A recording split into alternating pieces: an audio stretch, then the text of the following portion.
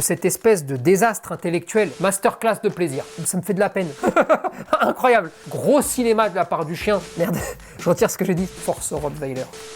Découvrez les formations Esprit Dog pour éduquer votre chien. Formation spéciale chiot, formation chien adulte, avec déjà plus de 90 000 maîtres, membres et satisfaits. Formation pour les chiens seniors, formation chien agressif et formation pro. Éduquez votre chien et développez votre complicité. Pour le prix d'1 heure avec un éducateur canin sans abonnement. Rendez-vous sur espritdog.com. Salut à tous, bienvenue sur Esprit Dog. Aujourd'hui, on va se faire une petite volée de décryptage. Alors à chaque fois, c'est des vidéos que vous nous envoyez, donc déjà, merci beaucoup. Et surtout, continuez à en envoyer, vous en envoyez directement en DM sur Insta. On les prend, on les regarde et puis on se les enchaîne ensemble. Donc là, c'est la 3e vidéo décryptage qu'on fait puisqu'apparemment ça vous plaît. Et dans ce genre de vidéo, surtout ce qui est très important, c'est d'apprendre à comprendre et à interpréter tout ce qu'on peut voir sur Internet parce que la plupart du temps, on a l'impression de voir quelque chose, on nous donne une info, mais c'est souvent très éloigné de la réalité. Pour arriver à faire le tri entre ce qui est vrai, ce qui est faux, et puis surtout des fois aussi un petit peu la prise de recul nécessaire, et ben c'est pour ça qu'on fait ce genre de vidéo, et j'imagine que c'est pour ça que ça vous plaît tant. Première vidéo. Ouf.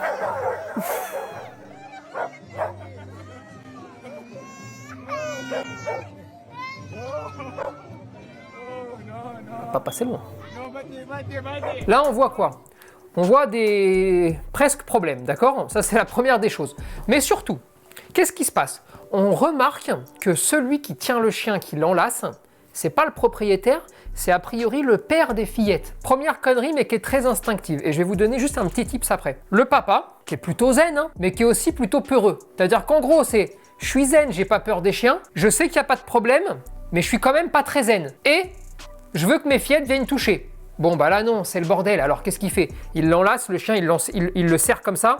Pourquoi? En se disant au cas où. Sauf que en faisant ça, il a failli faire défigurer sa fille.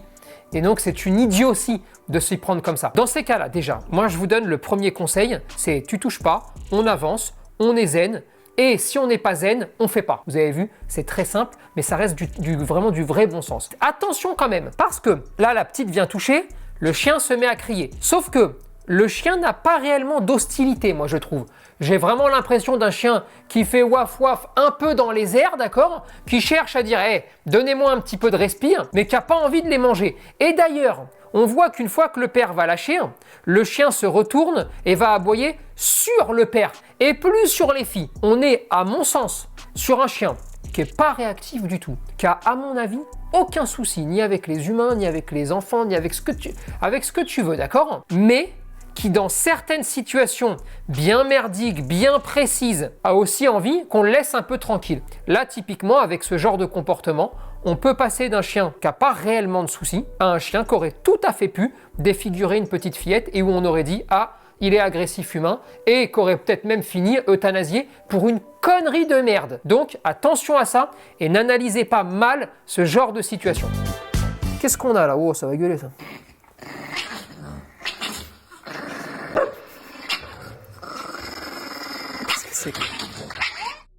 Eh oui, parfois, ça peut mal se passer. On a le petit chien dans les bras, donc forcément, invitation à gueuler, invitation à grogner. Est-ce que les deux se connaissent? C'est pas sûr. Là, sur la vidéo, en tout cas, on peut pas le savoir. Regardez quand même, la dame qui a le chien, elle est pas très chaude et ils font peut-être des essais parce que regardez sa tête sur les 3-4 premières secondes, elle est surprise. Elle est un peu choquée et elle se demande comment ça va se passer. Le petit husky là, qui est plutôt zen, hein. Il essaie d'éviter les coups, il se dit qu'est-ce qu'il est en train de m'arriver, c'est vraiment le bordel. Vous avez vu, hein, les yeux écarquillés, les oreilles en arrière. Il a légèrement aboyé, légèrement grognoté, il se dit qu'est-ce qui se passe. Là, elle est en train de s'amuser, elle avance de plus en plus sur le petit chien, on a l'impression qu'elle espère que ça va mordre, puis ça pique. Voilà, parce que t'approches, ce qui fait que le petit, il monte, parce qu'on le sent, on l'entend dans les grognements, c'est de plus en plus fort chez le petit chien. Bon bah sauf que l'autre, au bout d'un moment, il se dit attends, le con il va vraiment me mordre. C'est le moment de mettre fin à la récréation et de dire stop. Et alors là, comme ça là, ça me fatigue moi ces trucs là, tu vois. J'apprécie cette vidéo parce que on voit souvent le début de la vidéo, à peu près chez tout le monde. On voit rarement comment ça peut mal se passer aussi. Si tout d'un coup l'autre il dit maintenant tu commences à me faire chier et je vais te bouffer. Morale de l'histoire. Petit 1, plus vous portez, plus vous êtes en train d'influencer négativement le chien dans son comportement. Petit 2, ne vous amusez que rarement de ce genre de situation, parce que regardez aussi ce qui peut se passer. Tout ça est vraiment dommage, pénible. On le voit beaucoup trop sur les petits chiens. Il faut juste pas oublier que le petit chien qui grogne, qui attaque, qui fait tout ça, il n'est pas très zen non plus. Tout ça, c'est un peu pénible. Évitez de jouer à ça. Que vous les laissiez communiquer, c'est pas un problème. Que dans un intérieur, que chez vous, vous les laissiez un petit peu trouver leur place, c'est pas un problème du moment que vous pouvez assurer la sécurité du foyer. Là, typiquement, le husky, il se comporte normalement, il n'a pas de trouble, hein, mais il ne se comporte pas suffisamment zen et suffisamment détente pour vous permettre de laisser faire. Donc essayez aussi de comprendre ça. C'est pas un jugement, genre je suis pas en train de dire tiens le husky en bas là, il se comporte mal. Non, il se comporte très bien, mais pas suffisamment ultra cool pour compenser les erreurs du petit chien et les erreurs des humains. Bon bah dans ce cas de figure là, on le tente pas. Maintenant on a tous des chiens chez nous où tu sais tu prends le petit eagle, bon bah en face si ça c'est que c'est petit, vas-y c'est bon, t'as la place, t'as tous les droits, etc. Bon bah quand tu connais ton chien et qu'il n'y a pas de souci, il n'y a pas de souci. Là il y a un souci, déconnez pas. Alors, Todo mundo conoce el poder del Rottweiler, pero pocos conocen a esta poderosísima raza llamada el Pastor del Cáucaso, que es este perro grande y peludo e intimidante que ves sometiendo al Rottweiler. Si tienes dos perros poderosos, poner alimento entre ellos es una invitación al conflicto como ves aquí. El Pastor del Cáucaso es un perro que tiene un temperamento muy fuerte y su función es proteger al ganado de cualquier amenaza, incluyendo lobos. Son perros muy poderosos y que su manejo debe de estar en manos expertas, no como esta persona que disfruta y se divierte grabando a este Rottweiler y al Pastor del Cáucaso teniendo conflicto, peleando por comida. El tipo de dueños no recomendados para perros poderosos. Berger du Caucase, très puissant. La raison, 1 point pour le garçon. Rottweiler, très puissant. 2e point pour le garçon. Nourriture au milieu des deux et conflit. 3e point pour le garçon. Est-ce qu'il ne faut pas que les deux mangent ensemble? Alors là, ça se discute. Ça dépend s'ils les ont eu petits, ça dépend comment ils les habituent. On pourrait même les faire manger dans la même gamelle.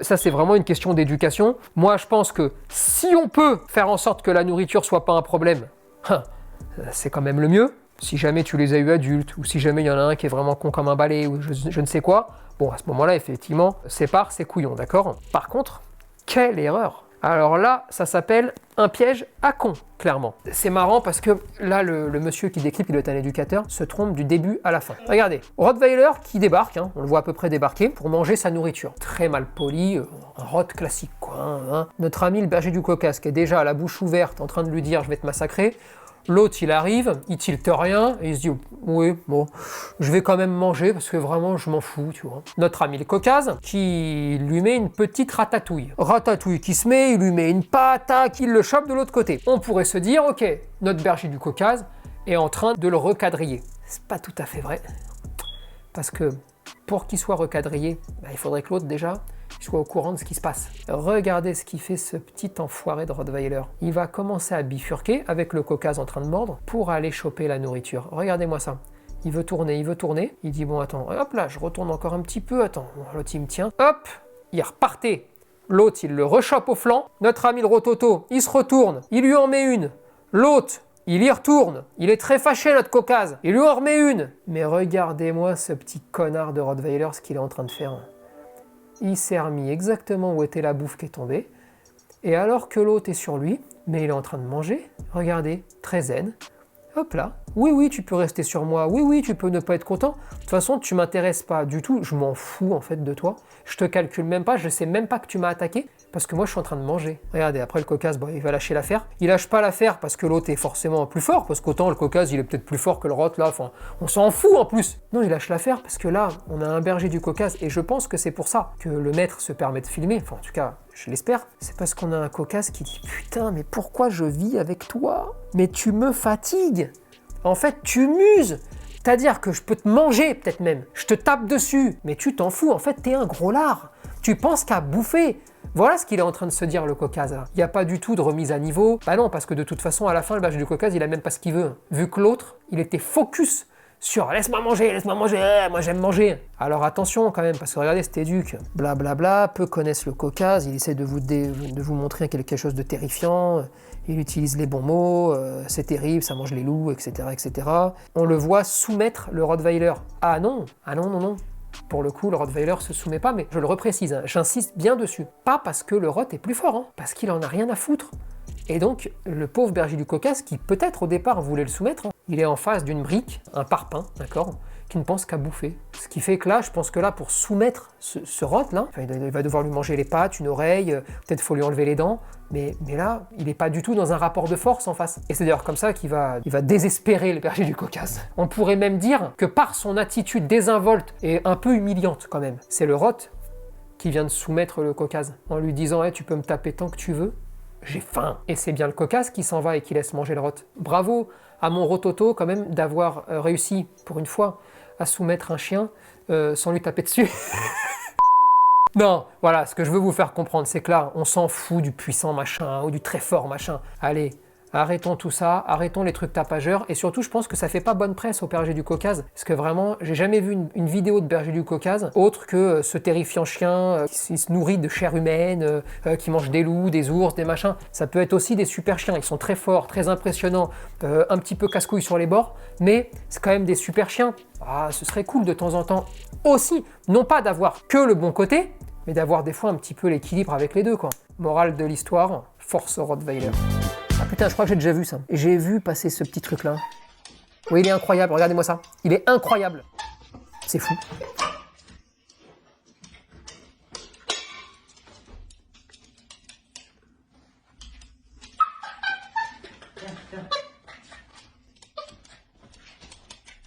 Ça, c'est fou. Hein.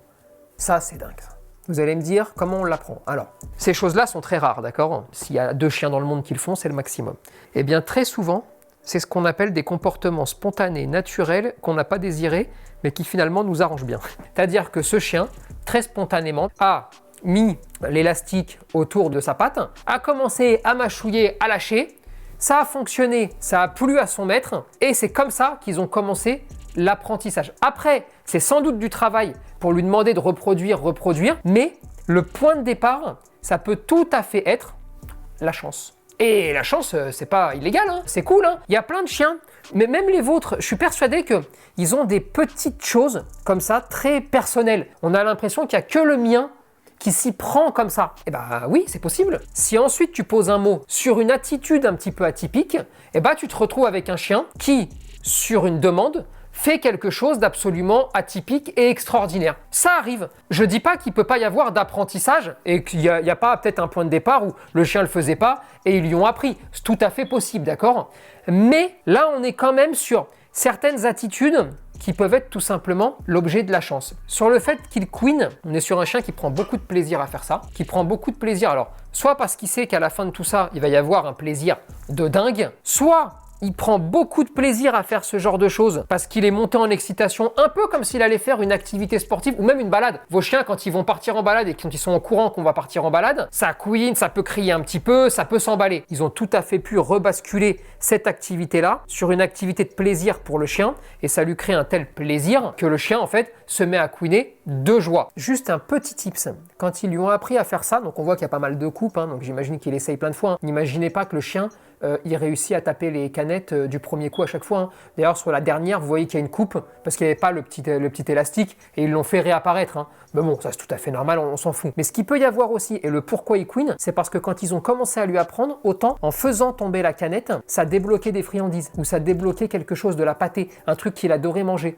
Et c'est pour ça qu'il est toujours à l'affût, en train de regarder, en train de se dire « Attends, il y a un truc qui est tombé ou pas? Non, ok, j'attaque la prochaine canette. » Et ainsi de suite. Quoi qu'il en soit, c'est très fort. Qu'est-ce qu'on a? Stay, Vivi. Stay. No, Vivi, stay. Stay. Vivi. No. No. No. Sit. Vivi. No, Vivi. Sit. Good girl. Stay. Good girl. Good girl. Stay. Good girl. Attendez, on va y aller dans l'ordre.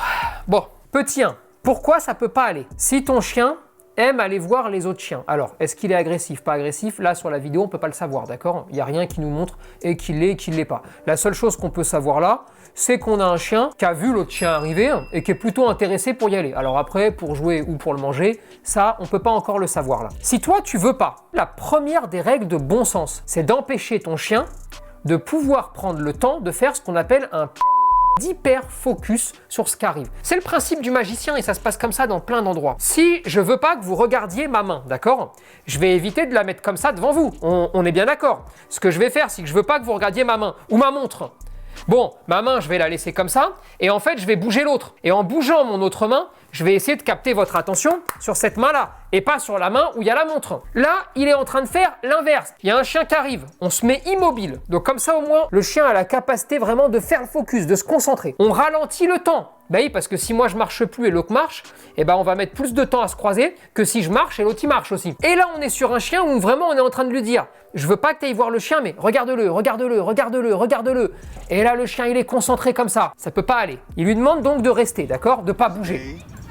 Ok, et il va lui répéter 1 fois, 10 fois, 50 fois. Sauf qu'en lui répétant de plus en plus comme ça, le chien il est juste en train de se chauffer de plus en plus. Il monte, il monte, il monte, il arrive à peu près à se contrôler, sauf que il sait d'avance que ça va pas marcher, parce qu'il sort son espèce de pet corrector géant, d'accord, avant même que son chien ait bougé. Pourquoi tu es en train de te lancer dans quelque chose où tu sais pertinemment que ça ne va pas fonctionner puisque tu le sors? C'est une bêtise. Ensuite, le chien n'a toujours pas bougé, il est simplement en train de pivoter la tête. Il lui met déjà un petit à-coup. Pourquoi? Parce qu'il n'a pas confiance en lui et il n'a pas du tout confiance en son chien. Mais en mettant ce tout petit à-coup, il sort en même temps son pet corrector super énorme là. Il est déjà en train de montrer que ça va pas. Ce qui doit arriver va arriver. Là, le chien va légèrement se relever. Il n'a pas bougé, il n'est pas parti sur l'autre chien, il n'a pas aboyé, il n'a pas grogné. Le chien est en train de passer. Boum! Pet corrector. Et alors là, il faut m'expliquer. Pet corrector, pourquoi? Tu es en train de le sanctionner d'une erreur d'obéissance, connerie monumentale. Tu le sanctionnes de ne pas avoir grogné, de ne pas avoir aboyé, de ne pas avoir attaqué. Qu'est-ce qu'il est en train de se passer là? Tu es en train de confondre les choses. Tu es en train de te servir du pet corrector, si jamais tu veux t'en servir, au mauvais moment, de la mauvaise façon et pour le mauvais comportement. Ah, c'est une bêtise. Donc là, le chien terrorisé, poum, il se recale, il regarde, ok, vas-y, on s'arrête. Sauf que là, il sort ensuite le gâteau, il le met en assis et il récompense. Mais il récompense quoi? Le fait d'avoir été terrorisé juste avant? Eh non, c'est pas comme ça que ça marche. Soit il part sur son pas bouger. Le chien passe, pas bouger, pas bouger. Si son chien se relève, pas bouger. Parce que ce qui nous intéresse là, c'est plus tant la position assise, couchée, ou ce que vous voulez, c'est le pas bouger. Ça passe, le chien bouge pas, bravo, tu payes, tu récompenses. Là, il s'y prend complètement à l'envers et je crois qu'il est en train de mélanger les idées entre punir, récompenser, utiliser de l'obéissance, le comportement. Bref, il faut tout reprendre un petit peu dans l'ordre pour ce monsieur parce que j'ai l'impression que son chien, il est adorable et ça peut rouler vraiment sans tout ce bazar. Ça va gueuler ça encore. Tiens, un hélicoptère. Oh la tête.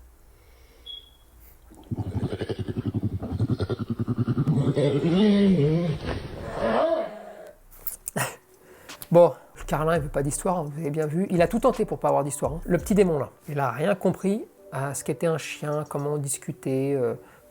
Bref, il a rien, d'accord? Il a rien. Pourquoi? Parce que le Carlin, il se dit, ok, je suis à un endroit, l'autre, il est pas très content quand je tourne ma tête. Ce que je vais faire, c'est que je vais tourner la tête vraiment pour lui dire, moi, je veux pas d'histoire avec toi, d'accord? T'as vu, moi, je suis vraiment tranquille, je cherche pas à m'approcher, je veux pas d'histoire.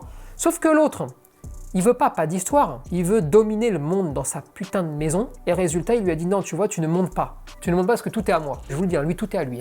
L'autre, il essaye tant bien que mal. Et carrément, il fait le tour, il se relève, il le chasse, il gueule comme c'est pas permis. Tu le vois en plus, il est mal à l'aise parce qu'il commence à se lécher un peu frénétiquement la truffe. On est sur un, je suis vraiment con, mais je sais pas trop comment le dire, mais je sais pas trop comment le faire. Quelque part, vu que je sais même pas vraiment pourquoi je fais ça et jusqu'où il faut aller, là c'est un carnage. Vous me direz, là il y a beaucoup d'esbroufs, ils se mordent pas, il attaque pas. Heureusement, c'est vraiment le Carlin, vas-y donne-moi un petit endroit, amène mon pain au chocolat et on n'en parle plus. Là encore une fois, ils sont pas tous comme ça les petits chiens. Et d'ailleurs, on le voit, il y a 2 petits chiens, il y en a un, il veut pas d'histoire, l'autre il veut que des histoires. C'est dommage que le petit soit surtout dans cet état-là. Vous imaginez un petit peu s'il vit comme ça chez lui, il doit se faire des nœuds à l'estomac pour tout et n'importe quoi. Ça doit être une teigne dans la rue, et à chaque fois qu'il voit un chien, waouh, waouh, waouh, ça doit crier dans tous les sens. C'est une vie de fou, il va nous faire de l'eczéma, il va nous faire des plaques de partout, en plus il est blanc. C'est un carnage. Quand c'est drôle, quand il n'y a pas de soucis, quand c'est pas très grave, ça va. Quand c'est dans ces extrêmes-là ou quand ça va un peu trop loin, je trouve ça malheureux. C'est plus ça, tu vois.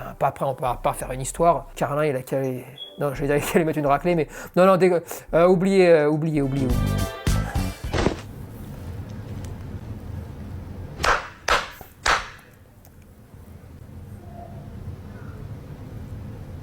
Je l'avais déjà vu passer il y a un moment, cette vidéo. Dans le meilleur des cas, elle est nulle. Dans le pire des cas, elle est terrifiante. Quand vous faites une vidéo, d'accord, vous devez toujours quand même vous dire qu'est-ce qu'il y a derrière. Qu'est-ce que je veux quand même essayer de véhiculer comme message. Là, c'est l'apologie de la violence. Et le chien le voit, et le chien bouge plus. Alors, ça veut d'une part dire que le chien il a été tartiné aussi, je vous le dis de suite, mais surtout, imaginez, vous avez un chien complètement cuit les petits oiseaux, il se rend même pas compte de ce qui se passe. Ok, bon, bah, continuez vos conneries, on n'en parle plus. S'il se rend un tout petit peu compte de ce qui se passe, il y a deux options. Soit il prend peur et il se met sur la réserve, soit il comprend qu'on pourrait peut-être agir comme ça la prochaine fois dans d'autres situations. Et il fonctionne en fait par mimétisation. Ce genre de vidéo, moi, me met mal à l'aise, ne me plaise pas. Et la façon, surtout dont il tape sur la peluche, ne me plaît pas. Parce que pour le coup, il y va franchement. Tu sais, il n'est pas juste en train de...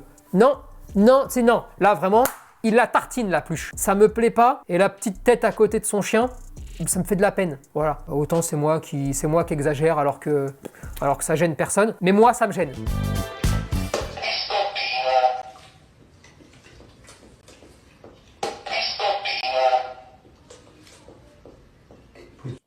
Alors, bon. Pas d'arnaque. J'ai eu peur que ce soit encore la saloperie dont on lui apprend des phrases et tout. Je vous avais déjà expliqué comment on pouvait vous arnaquer avec ça. Non, là, c'est très drôle. Alors là, je trouve ça génial. Franchement, refaites-le tous. C'est incroyable. À quoi ça sert? Rien, sauf passer un bon moment. Mais passer un bon moment, moi, je trouve que ça sert pas mal quand même. Ils lui ont appris à taper sur le buzzer jaune, d'accord? Soit par mimétisation, soit ils ont utilisé une technique pour lui apprendre. En général, tu commences focus chien et le buzzer. Et après, tu rajoutes le maître et tu rajoutes l'autre buzzer, etc., etc. Mais on pourrait tout à fait imaginer un chien qui apprend en direct. Hein. Ça, c'est possible. Alors là, c'est pas le cas parce qu'il va pas chercher à taper sur le buzzer du gars. Que tu sens un mec qui n'est pas du tout en observation de son chien. Il est en train de se faire sa petite vidéo qui va faire quelques centaines de milliers de vues. Il est très focus, très concentré. Bon, là, on n'est pas du tout en mode attends, putain, espérons, tu sais, un peu comme quand nous, on va faire une connerie et tu sais, ça se filme et oh, putain, s'il arrive à me le faire direct, fais voir, vas-y, fais semblant de me récompenser. Tu vois, on sent qu'il n'y a pas d'hésitation là. Donc, c'est carré, c'est bien fait. Quoi qu'il en soit, par mimétisation, il voit que ça appuie, ça fait du bruit, poum, ça récompense. Ça appuie, ça fait du bruit, ça récompense. Il peut tenter le coup de mettre la patte, hein. Mais là, encore une fois, ça rejoint ce que je vous disais sur la première vidéo, je crois. Des fois, on a de la chance aussi. Parce qu'on a un chien qui va tilter un truc. Ça ne veut même pas dire qu'il est plus malin que les autres. Hein. Juste pour cet exercice-là, il va tilter beaucoup plus spontanément, beaucoup plus facilement. Donc, ils auraient tout à fait pu le faire en direct. Mais là, bon, juste, c'est pas le cas. C'est très drôle. C'est un très bon moment. Ça fait plaisir. C'est très joli à voir. Ça me fait plaisir de voir un staff en train de s'amuser, en train de faire un truc sympa. Je suis à 100% et il n'y a rien à dire. Masterclass de plaisir. Alors, qu'est-ce qu'on a là? Bir daha senin ağladığını görmeyeceğim. Al sana. Al sana. Bir daha olmasın. Tamam.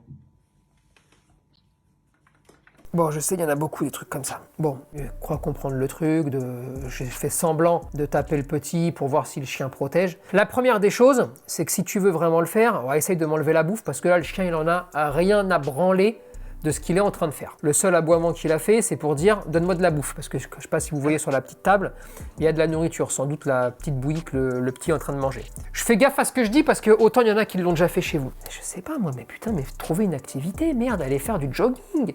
Allez courir! Vous vous rendez compte qu'il y a le maître. Donc là, vous êtes le papa du chien, le maître du chien, comme vous voulez, d'accord? Vous faites semblant de taper l'enfant, qui est aussi dans le même foyer. Et vous voulez savoir si le chien va s'en prendre à vous? Mais s'il s'en prend à vous, il y a un problème. Hein. Tout comme s'il s'en prend à l'enfant, il y a un problème. Parce que là, on est dans le même foyer. Vous savez, c'est la même équipe un peu quand même, tu vois? En fait, vous voulez savoir quoi? Si jamais quelqu'un s'en prend à l'enfant, est-ce que le chien va agir? Mais qui s'en prend à l'enfant? Un inconnu? Un cambrioleur, pas papa. Vous comprenez ce que je veux dire? Et c'est quoi cette espèce d'obsession du chien qui vous protège? C'est comme quand vous vous bagarrez entre vous pour savoir qui va protéger. Puis après, vous m'appelez en chialant parce que il me fait mordre. Et parce que oui, bah, au bout d'un moment, s'il trouve plus que c'est un jeu, bah, il va prendre la défense du mari ou de la femme. Et l'autre, il va se retrouver avec 40 points de suture. Ça m'agace en fait un petit peu, tu vois. Regardez, ça vous vient pas à l'idée, par exemple, les amis, de demander à un ami de venir, puis dire, tiens, tu peux essayer de faire semblant, bien sûr, de taper mon fils, et comme ça, on voit si je défends mon fils. Parce que, non, ça vient pas à l'idée. Bon, bah faites pareil avec le chien. C'est con quand même de faire ça, surtout quand il a pas de problème. Mais putain, vous allez générer des problèmes. Bon, oui, protège rien déjà. Ah oui, d'accord, en plus il boite. Merde, je retire ce que j'ai dit sur il protège rien. Qu'est-ce qui t'est arrivé? Rien, je suis sûr. Fais du cinéma, c'est sûr, ça se voit.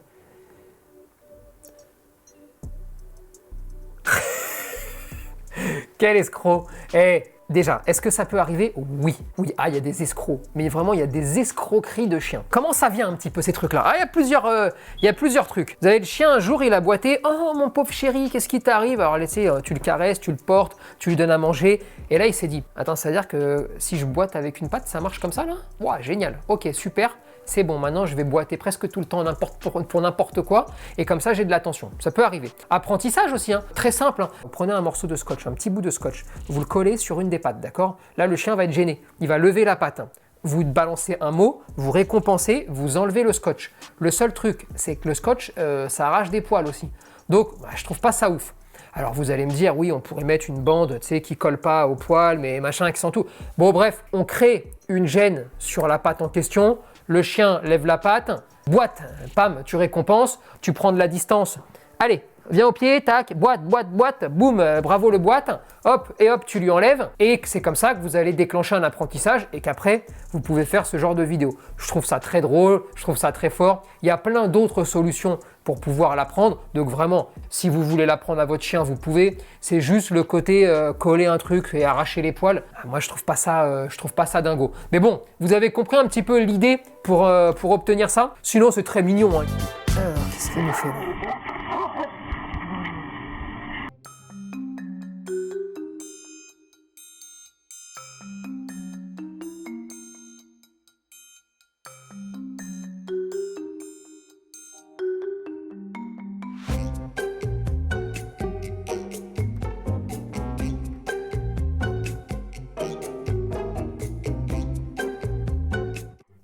La vidéo, je vous avoue, je ne sais pas exactement ce qu'il est en train de se passer. Est-ce que c'est un cambrioleur, un gars qui alors il veut peut-être cambrioler une chèvre? Non, c'est pas du tout des chèvres, c'est des vaches. Je ne sais pas exactement si c'est un entraînement, un jeu, s'il a une protection, rien, mais on s'en fout. Ce qui est intéressant, il y a juste un moment qui est intéressant. Vous avez vu, une fois que le chien va se caler une première fois, tant que le gars bouge pas, tant que le gars le regarde pas, d'accord, le chien bouge plus. Là, le chien, pour le coup, il fait le job qu'on lui demande de faire. Hein. Il arrive, il l'immobilise, il cherche pas à le manger, il cherche pas à le massacrer. Son objectif n'est pas de détruire le gars, mais plus de l'arrêter en attendant quelque chose. Dès que le gars va le re-regarder et va se remettre à gigoter, c'est là où le chien va commencer à redéchiqueter. Et là, le chien se dit, ok, ça rebouge, je ressecoue. Quand vous vous faites mordre, la meilleure des solutions pour que ça s'arrête, c'est déjà d'arrêter de bouger. Alors, plus facile à dire qu'à faire, hein, parce que quand ça mord, ça fait une douleur de fou. Vu la taille du chien, si le chien a chopé à la main, je suis assez surpris que le gars fasse même pas une petite grimace. Hein. Donc c'est pour ça que j'ai un petit doute. L'idéal, on s'arrête, le chien aura beaucoup plus de facilité à s'arrêter et à arrêter de serrer que si vous secouez. Ça permet au moins d'attendre soit l'arrivée du propriétaire, soit une situation qui se réouvre, le chien qui va lâcher progressivement. Juste, petit conseil, mais qui est très difficile à tenir, je vous le dis. Maintenant, le seul truc, c'est de savoir est-ce que c'est un entraînement ou pas. Ça, là, comme ça, sur la vidéo, je peux pas vous le dire. Ah, il joue au dentiste. Alors, on a le classico. Clac. Il fout tout dans sa bouche. Donc en face, gros pépère. Il ne sert pas du tout, il sait parfaitement ce qu'il fait. Il gère parfaitement la puissance qu'il peut mettre. Aucune animosité, aucune agressivité. Là, l'autre, il est en train de lécher, il est en train d'essayer de récupérer de la bouffe à l'intérieur de ses babines. Donc il est très content. C'est aussi pour ça qu'il se laisse un petit peu faire. Là, typiquement, pas d'agressivité du petit chien. C'est une situation où il faut surtout pas toucher, il faut laisser faire. C'est leur jeu à eux deux. Et je crois même que le petit chien a été bénéfique parce qu'il lui a appris, à mon avis, à aussi utiliser comme il fallait la puissance qu'il pouvait avoir dans la mâchoire. Parce que j'imagine que les 2-3 premières fois, l'autre il a fait un peu comme vous, quand vous jouez, puis vous émettez un cri, vous arrêtez de jouer, pour arriver à permettre au chien de doser en fait ce qu'il fait. Donc là, il n'y a aucun danger, il n'y a aucun risque. Oh, ça peut peut-être une fois de temps en temps couiner un peu parce qu'il y a un petit bout de babine qui se coince dans un petit truc, mais ils se connaissent par cœur. Le gros pépère au sol, il est très heureux, très content. Quand ça se passe comme ça, et avec un petit chien qui grogne pas, qui déplie pas les dents, qui en plus en redemande aussi, ça roule. Et ça veut pas dire que le petit chien de temps en temps, il lui dit pas, tu pues de la gueule, va te coucher ailleurs. Mais c'est dans un raisonnable en fait. Partant de là, on est là sur ce qu'on voit, hein, sur deux chiens équilibrés. Ça fait plaisir à voir, c'est joli à voir. Il faut en voir plus, des trucs comme ça. C'est trop mignon, j'adore. L'autre, il joue au dentiste. C'est génial. On a déjà joué, il a mis les gants et tout. Bon, alors, qu'est-ce qu'on...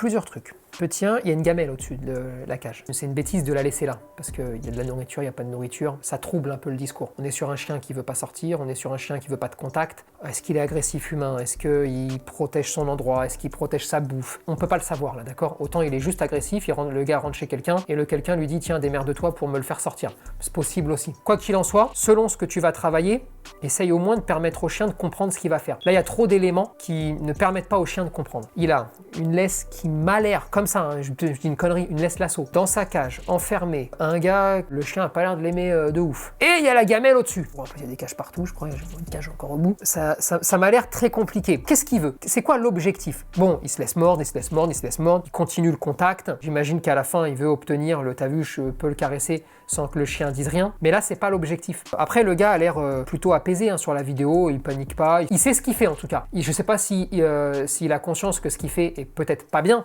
mais en tout cas, tu sens qu'il est rodé à cet exercice-là et au moins, il arrive à gérer ses émotions, d'accord? Maintenant, c'est toujours quel est le but? Parce que là, j'entends déjà, il l'a mis en détresse acquise, le chien a abandonné, le chien s'est dit ok, je suis foutu, donc je me calme, donc c'est pour ça, parce que le chien pense qu'il n'y a plus de solution, etc. C'est pas les bons discours à avoir, parce que c'est trop direct, et puis quelque part, le chien abandonné se laisse caresser, se rend compte que ça se passe bien, et après moi j'ai pas la suite, mais si la suite elle est bonne, bon on pourrait se dire, bon bah tiens, c'est pas si con. Je dis juste que pour essayer que le chien ne vive pas ce genre de situation, et pour que le chien puisse sortir de cette espèce de désastre intellectuel qu'il est en train de vivre, ne pas le récupérer quand il est dans la cage, c'est mieux. Ne pas le récupérer avec la gamelle au-dessus, c'est mieux. Tout ça, c'est mieux. Donc s'il a un propriétaire, ce chien, je préfère largement entamer le processus en dehors de tout ça et en dehors d'un milieu complètement clos, que de l'entamer comme ça, où là, c'est une incitation à aller se taper. Le cas de figure où c'est la police qui te l'amène, et à un moment donné, bon bah tiens, regarde, ça vient de sonner l'heure de le récupérer, tu vois. Là, dans ce cas de figure-là, j'aurais à la rigueur, si ça se passe comme ça, mais encore une fois, j'en sais rien, j'ai rien vu ni d'avant ni d'après, je sais même pas qui c'est. J'aurais préféré, peut-être, tu ouvres la cage avec la laisse, tu le fais sortir,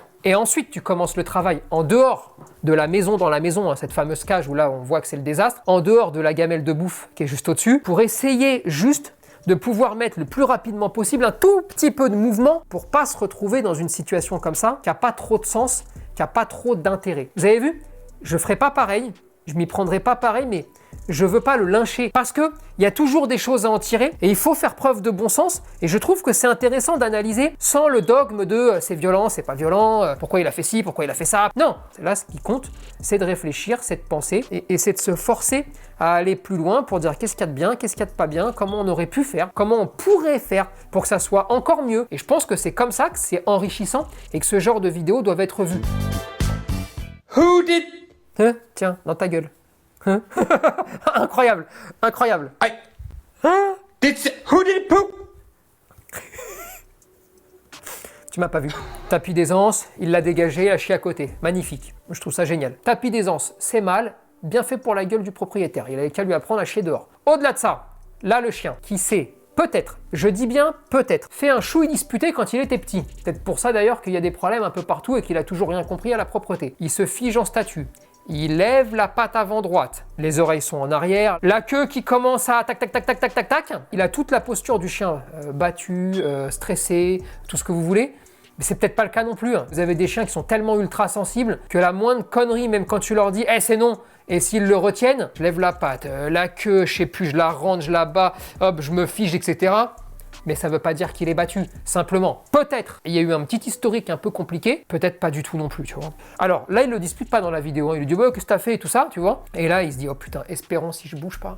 Si je bouge pas, peut-être, peut-être il me voit plus, tu vois. C'est une histoire un peu classique, souvent, de ceux qui ont laissé le tapis d'aisance alors que le chien est déjà adulte, hein. Ça arrive très souvent. T'essayes de lui apprendre, ça marche pas, tu mets des tapis d'aisance partout, t'es en train de te désespérer, il t'a foutu en l'air le parquet, tu t'es fâché plein de fois, vient un peu l'étape de la renonciation pour toi, donc tu commences à en mettre partout des tapis. Bon, voilà. C'est un peu l'histoire classique, sachant que la propreté, vraiment, pour que le chien la comprenne, c'est une semaine, hein, c'est une semaine 10 jours quand il est chiot, et puis après il faut 2-3 mois le temps que les sphincters se forment complètement, mais si vous voulez, c'est pas très compliqué pour lui faire comprendre la notion. Hein. Nous, on l'a fait avec Rhea dans Esprit Dog Chiot, vous l'avez en temps réel, vraiment, la notion de propreté, il n'y a rien de plus simple à faire comprendre. En tout cas, gros cinéma de la part du chien, si jamais son maître est très gentil, et puis là, et un petit caca, mais frérot, tapis d'aisance quoi. Hein. Prends Esprit Dog Chiot, vas-y. Bon allez, c'est fini pour aujourd'hui. Je vous laisse commenter toutes ces vidéos. Je vous laisse donner aussi un petit peu vos analyses, vos retours. Parlez-en entre vous, parce que c'est vraiment ça en fait qui fait le chien, qui fait tout ce plaisir. Et puis surtout, allez, continuez à en envoyer en DM, ça fait grave plaisir, surtout ça nous facilite grave la tâche. Hein. Et en même temps, bah vous, ça vous fait plaisir parce que vos vidéos, elles passent. Et je peux les décrypter avec vous. Et l'idée, vraiment, commentez au maximum parce que le décryptage, c'est pas que Tony, c'est aussi vous et c'est tout le monde. Parce que c'est comme ça qu'on s'enrichit, c'est en étant tous ensemble. On compte sur vous pour partager cette vidéo, réagir en commentaire et vous abonner à la page Facebook, Instagram et YouTube. Et n'oubliez pas que nos formations en ligne sont là pour vous aider à éduquer votre chien et votre chiot. Dispo sur espritdog.com.